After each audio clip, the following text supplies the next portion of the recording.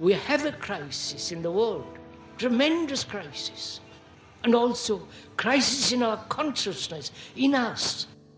I see the urgency of change, radical revolution, mutation in the mind. I see it. It is necessary. There is complete quietness of the mind, and that which is silent has vast space. Only then that which is nameless comes into being. This is Urgency of Change, the Krishnamurti podcast.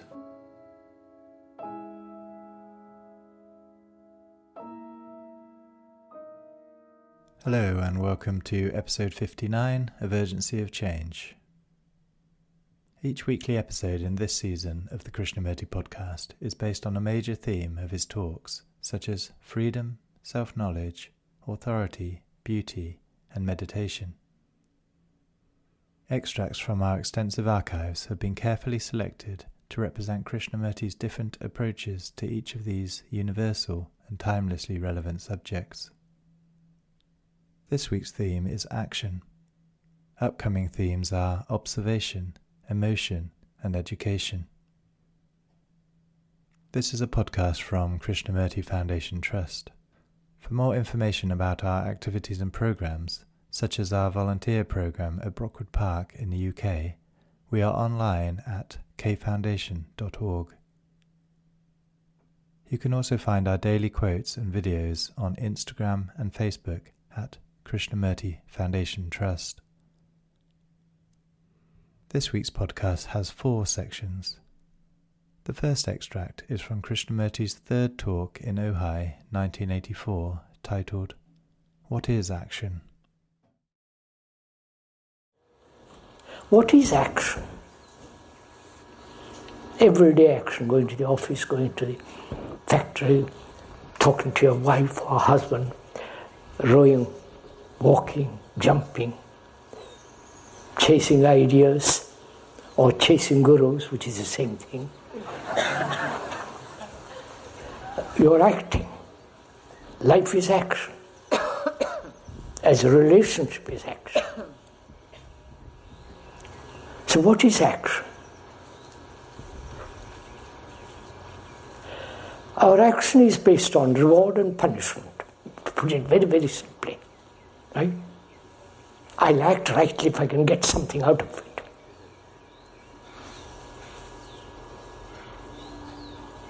And I will be punished if I don't act rightly. Therefore, I attempt to act rightly.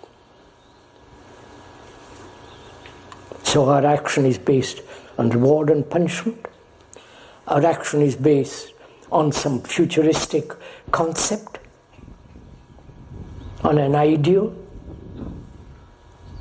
and action according to that ideal, conforming, adjusting to that ideal, therefore conflict. Or our action has a motive, a direction, selfish generally, self-interest, self-concern, which is reward and punishment. Reward in the future. If I do this, I'll get that. Right? And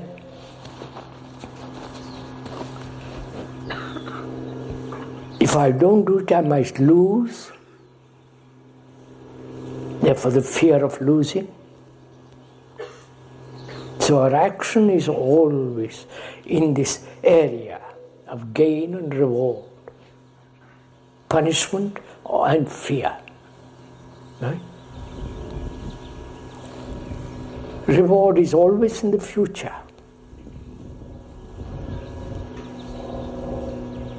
Punishment is also might happen in the future. So there is never action per se. You understand? Action for itself.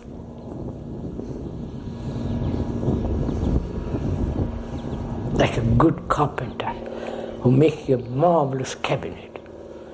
The love of it itself, not the reward, the punishment, the gain.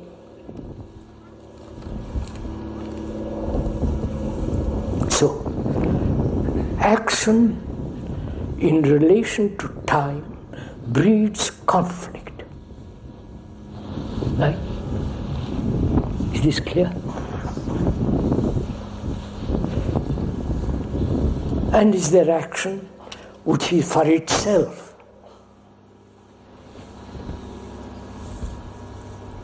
Is love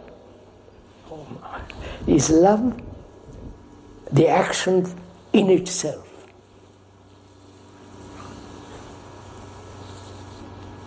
Not the love that has jealousy, hate, amusement, fun and excitement and sex, pleasure. Love is not all that, surely. See, when there is love, there is action without conflict. And love is not a slave to time. So that is, if you can understand that, if you can have explained and deeply grasped the truth of it, then the brain becomes extraordinarily vital, strong, and not confused in any way. Because then you are living now completely. The fear of the future and the past disappear.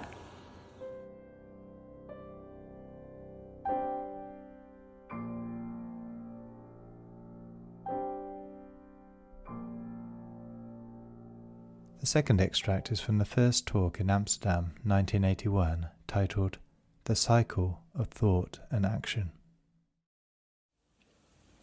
We have to understand the whole movement of thought.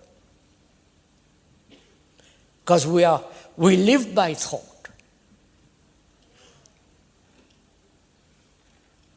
All our actions are based on thought.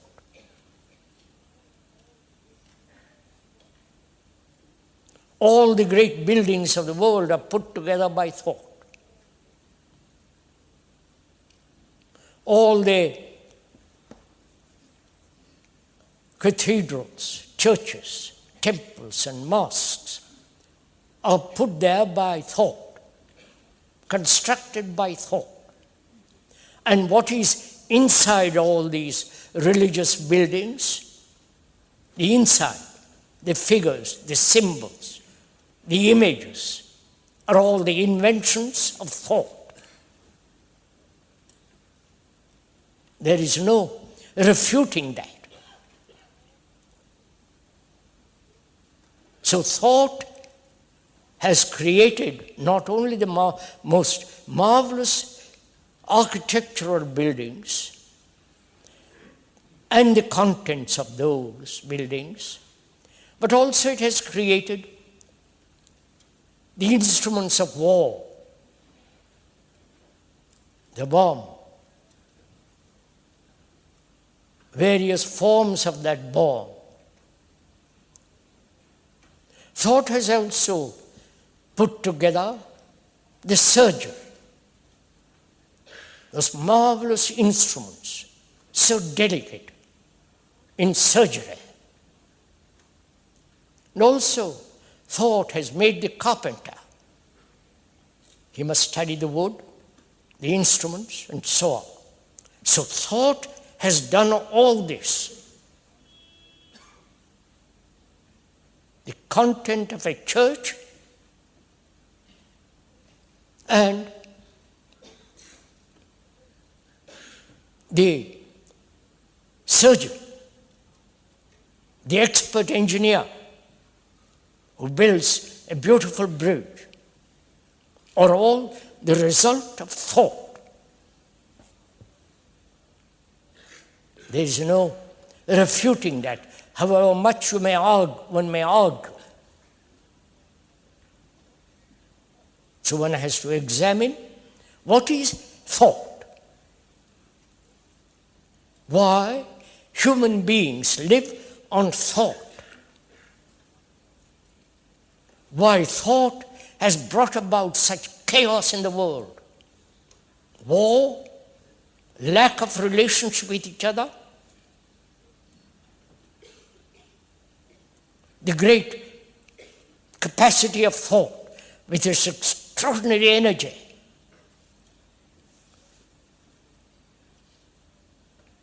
And also what thought has done through millions of years, bringing sorrow for mankind. Please observe this together. Let's examine it together. Don't let's oppose what the speaker is saying, but let's examine it, what he's saying, together so that we understand what is actually happening to all of our human beings. We are destroying ourselves. So we have to go very carefully into the question of thought. Thought is the response of memory. Memory is not only the remembrance of things past, but also thought which projects itself as hope in the future. So thought is response of memory. Memory is knowledge. Knowledge is experience. That is, there is experience. From experience there is knowledge. From knowledge there is memory or remembrance. And from memory you act. So from that action you learn, which is further knowledge. So we live in this cycle. Experience, knowledge, memory, thought, action. In this cycle human beings live. Always living within the field of knowledge. I hope this is not boring you. If you're bored, I'm sorry. If you want something romantic, sentimental, something that pleases you, I hope you won't listen there. But what we're talking about is very serious. It's not something for the weekend, for a casual listening. We are concerned with the radical change of human consciousness. So we have to think about all this. Look together. See if it is possible. Why? Human beings who have lived on this earth for so many million years are still as we are. We may have advanced technologically, better communication, better transportation, hygiene, and so on. But inwardly, we are the same, more or less. Unhappy, uncertain, lonely, carrying the burden of sorrow endlessly. And any serious man confronted with this challenge must respond. He can't take it casually, turn his back on it. That's why this meeting and tomorrow morning meeting is very, very serious. Because we have to apply our minds and our hearts to find out if it is possible to radically bring about a mutation in our consciousness and therefore in our action and behavior. So as we were saying, thought is born of experience, knowledge. And so there is nothing whatsoever sacred about thought. It is materialistic. It is a process of matter, thinking. And we have relied on that, on thought, to solve all our problems, political, religious, relationship, and so on. And our brains, our minds are conditioned, educated to solve problems. Thought has created the problem, and then our brains, our mind are trained to solve problems. If you have an engineering problem, you solve it. A problem of disease, one solves it. And so on. Our minds are trained to solve problems. These problems are created by thought, psychologically, inwardly. You follow what is happening? Thought creates the problem, psychologically, and the mind is trained to solve problems. So, thought creating the problem, thought then tries to solve the problem. So, it is caught in the same old process, a routine. So, problems are becoming more and more complex, more and more insoluble. So, we must find, if it is at all possible, if there is a different way of approaching this life. Not through thought, because thought has not solved our problems. On the contrary, thought has brought about greater complexity. We must find, if it is possible, or if it is not possible, if there is a different dimension, a different approach to life altogether. And that's why it's important to understand the nature of thought, nature of our thinking.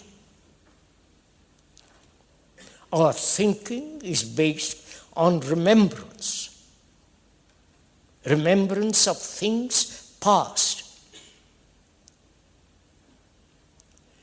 which is thinking about what happened a week ago, thinking about it modified in the present and projected into the future. This is the movement of our life, which is an actuality. So, knowledge has become all important for us. But knowledge is never complete. Knowledge is about anything is still incomplete, will always be incomplete. Therefore, knowledge always goes with ignorance. Knowledge always lives within the shadow of ignorance. That's a fact.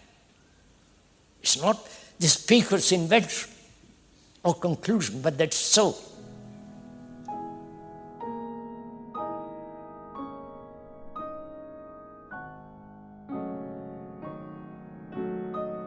The third extract is from Krishnamurti's first talk at Brockwood Park in 1978, titled Complete Immediate Action. What do we mean by that word, action? Whether you are married, whether you are not married, whether you are in office, whether you are fairly well off and independent and so on, so on, so on. What is the correct thing to do in my life? Facing all this. Not according to any pattern. Obviously, that's not correct action. Not based on certain ideologies. That also is not correct action, because those ideologies are projected by thought. Clever, cunning thought.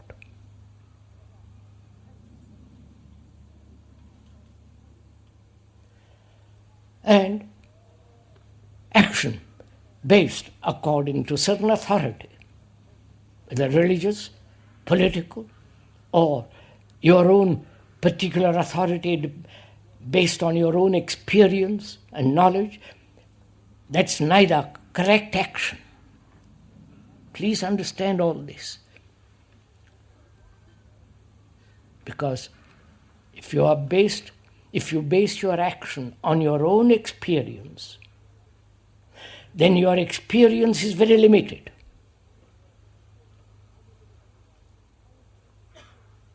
And you are constantly demanding greater and greater and greater experience, which is greater and greater sensation, not experience. The word experience means to go through, finish with something. And action based on a past conclusion,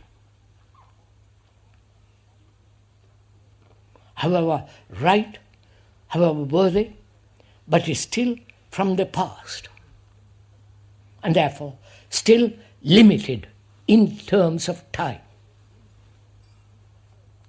Or if your action is based on a future conclusion, on a future ideology, or a future ideal, that again is not correct action, because you have projected the ideal, what you should be, what your country should be, or what your group should be, and act according to what should be. Therefore, you are not acting at all. Action implies doing something now, independent of the past and the future. This is really quite fascinating and tremendously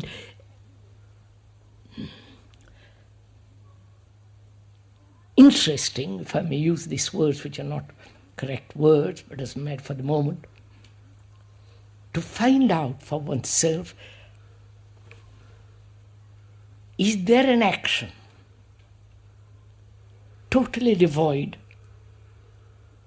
of time? You understand? Time being the past,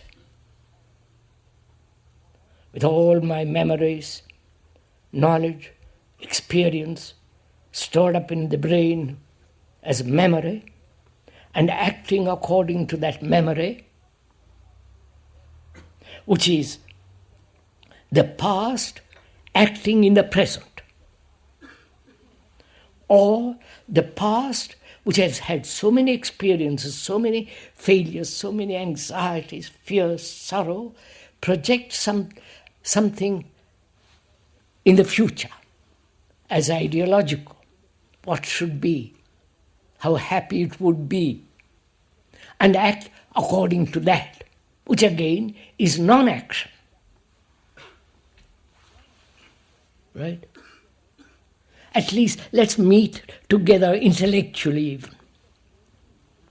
Then if we understand that intellectually, then we can go still deeper into it. At least we can understand each other at that level, which is very limited. Then, is there an action in daily life, in our daily relationship with each other, intimate or not intimate, sexual or not sexual? Is there an action which will be holistic, whole, which is not dependent on time, on environment, on circumstances? So,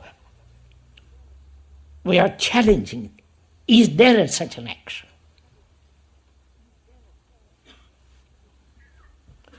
Or We only know action based on the past or on the future. We don't know any other action. And we accept such action.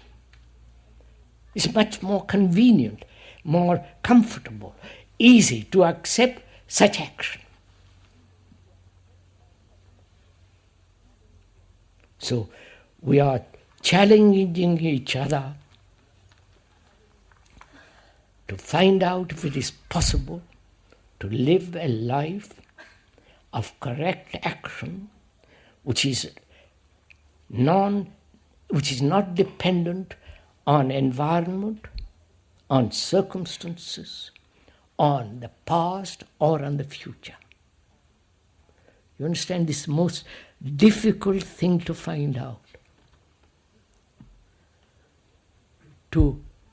When you want to find out such an action, if there is such an action, thought immediately begins to operate. And thought says, is there such a thing?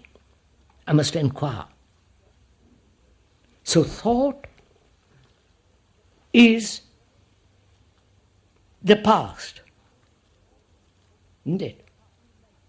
Thought is the outcome of memory. Thought is the result of your experience, accumulated knowledge, and from that arises memory, and then from that, the reaction of that memory is thinking. That's simple, very simple if you go into it. It's not complicated. So, when we challenge it, when there is such a challenge as saying, is there action which is not dependent on the past or the future or on environment, circumstances, then thought begins to operate. Right? That's what you're doing. Then thought says, I must find out such action. Since thought cannot find such action, he said that's impossible. You're following all this? Am I talking, we're all together in this, or am I talking to myself? I can do that in my room. But I don't anyhow, but so. So, action based on thought is limited. Because thought in itself is a broken up thing, a fragment, limited, because it's based on knowledge.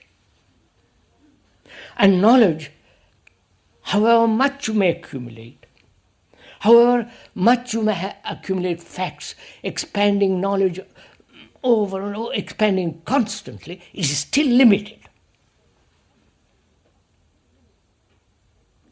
That's obvious again. Perhaps not to the people who advocate the ascent of man through knowledge, because that's their particular form of conclusion. But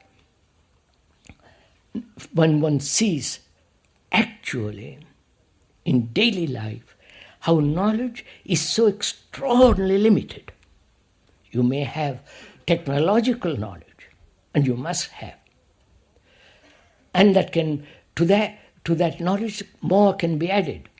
It can be constantly expanded.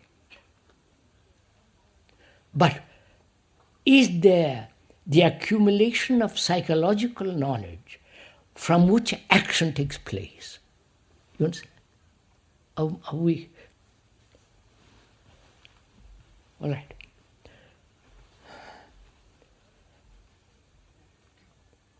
One has accumulated knowledge psychologically. I've been hurt many years ago as a boy or a girl. I've been hurt. And that hurt has become my knowledge. is there inside my skin. And I act according to that knowledge, which is I resist. I isolate myself in order not to be hurt more. And so there's constant division between me and another to prevent being further hurt. This is common fact again. So I act according to that knowledge. I may see the irrationality of it. I may go to psychologists. I may go all kinds of things about it. But the wound is still there. And that wound is responding all the time. So I'm acting according to a past incident.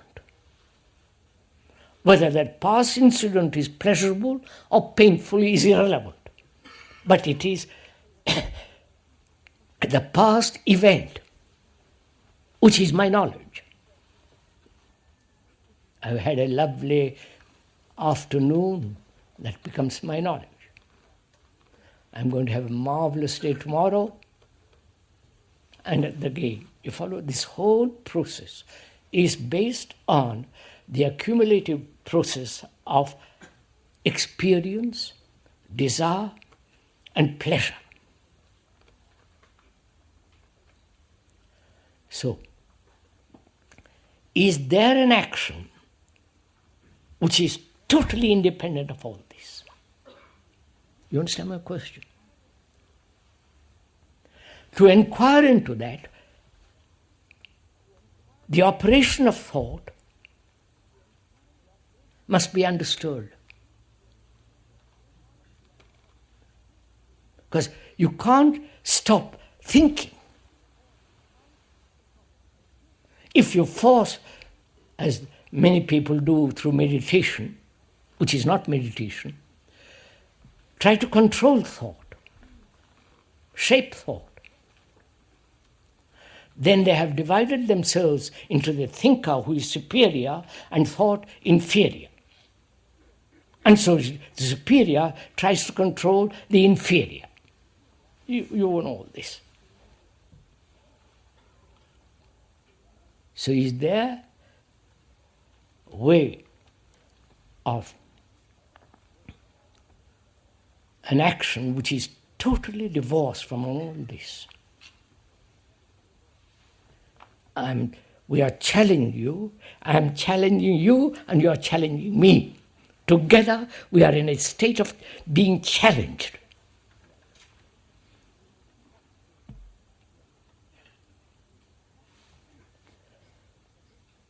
Perhaps if you have challenged sufficiently deeply and earnestly and with all your being, then you will find an answer, which is, I will tell you, but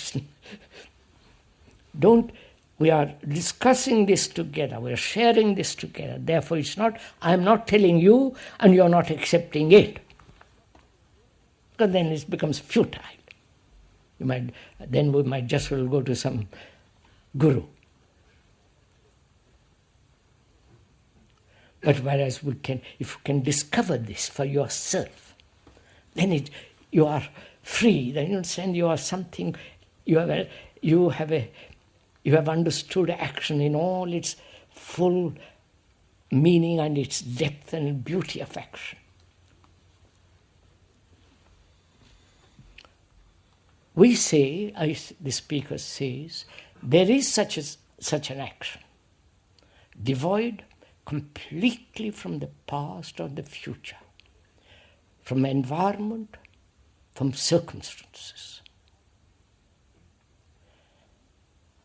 It is to have an insight into the total movement of thought as it expresses itself in the environment, circumstances, past and future, which is to have insight into action.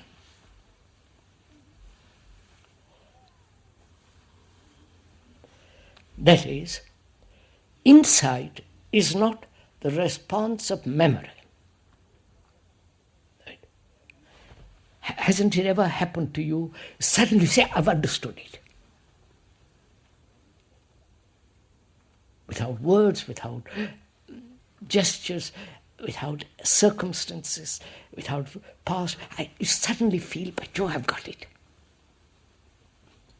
And that is irrevocable. It is ultimate truth. You can't say, well, I've got it, next I've lost it. So we're going to find out together this meaning of this word, insight.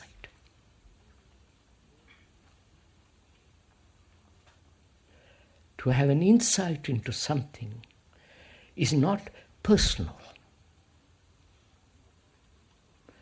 is not based on some ideological conclusions, memories, remembrances. One must be free of that to have an instant insight into something. One must be free of knowledge to have immediate perception. This is not something extravagant, exotic, or rather emotional, but actual, where, if you ever had this kind of immediate understanding and therefore immediate action, that immediate understanding demands immediate action irrelevant of time.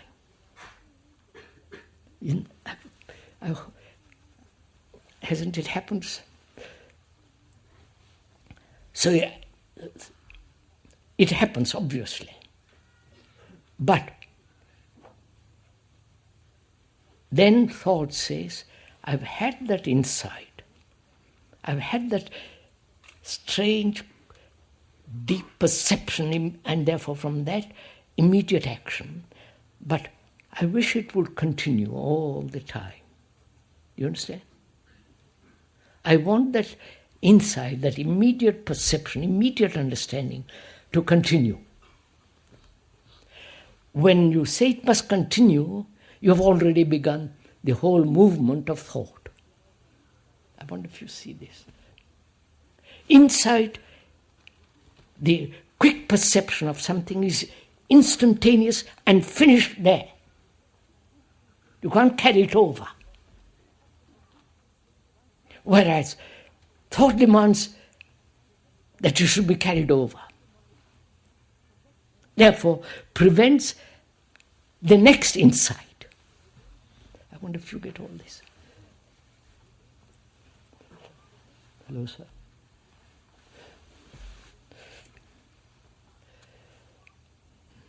Have we understood something of this? Because it's very important. Because from this, we can go into something further where quick insight is demanded so that you never have to struggle, never have to have conflict. Because when you are acting upon insight, it is an irrevocable truth. It's not intuition. Don't go away. We are using the word carefully. People have intuitions, which is their desire projected and made happy, all that kind of ugly stuff. This is insight, quick perception and action is not personal. Therefore, it is whole. It is holistic. And our actions are never whole. We do something, regret, I wish I hadn't done that. Or we have done something that gives us pleasure and we want more of that action. So whereas insight is something which is quite simple, But to have such an insight into things, one must have a quick mind, not a dull mind, not a mind that's frightened. But a mind, thought says, if I do that, what will happen? I might regret it, or there might be failure. It might bring about hurt to others and to myself. And so the action is never total, complete, whole. Whereas action which is born out of insight, immediate perception, has no because it is actual. It is the only action.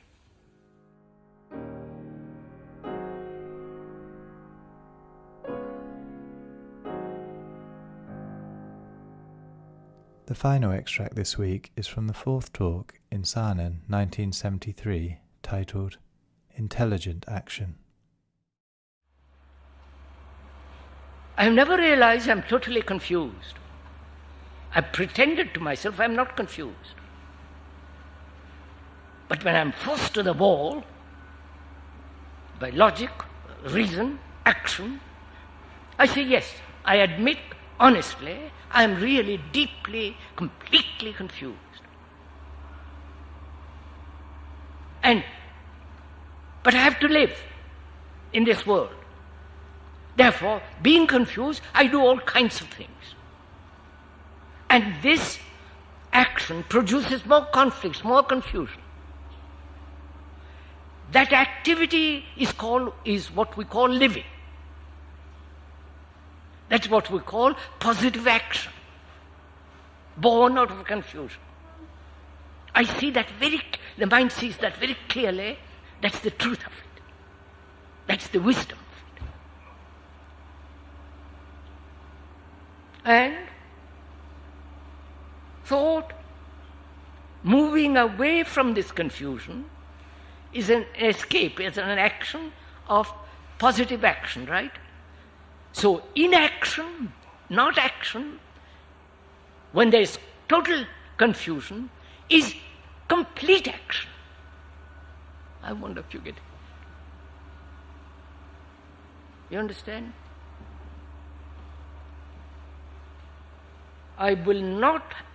Mind does not act out of confusion. Right? Which means what? As long as there is deep confusion, it will not act. So, I have to live in this world. Therefore, I have to act. So, what is action which is not the outcome of confusion? You're following all this? Therefore, action is a movement which is the outcome of the perception of that truth, and the action comes when there is intelligence out of that perception. I wonder if you see then it is this intelligence born out of wisdom that acts, not confusion.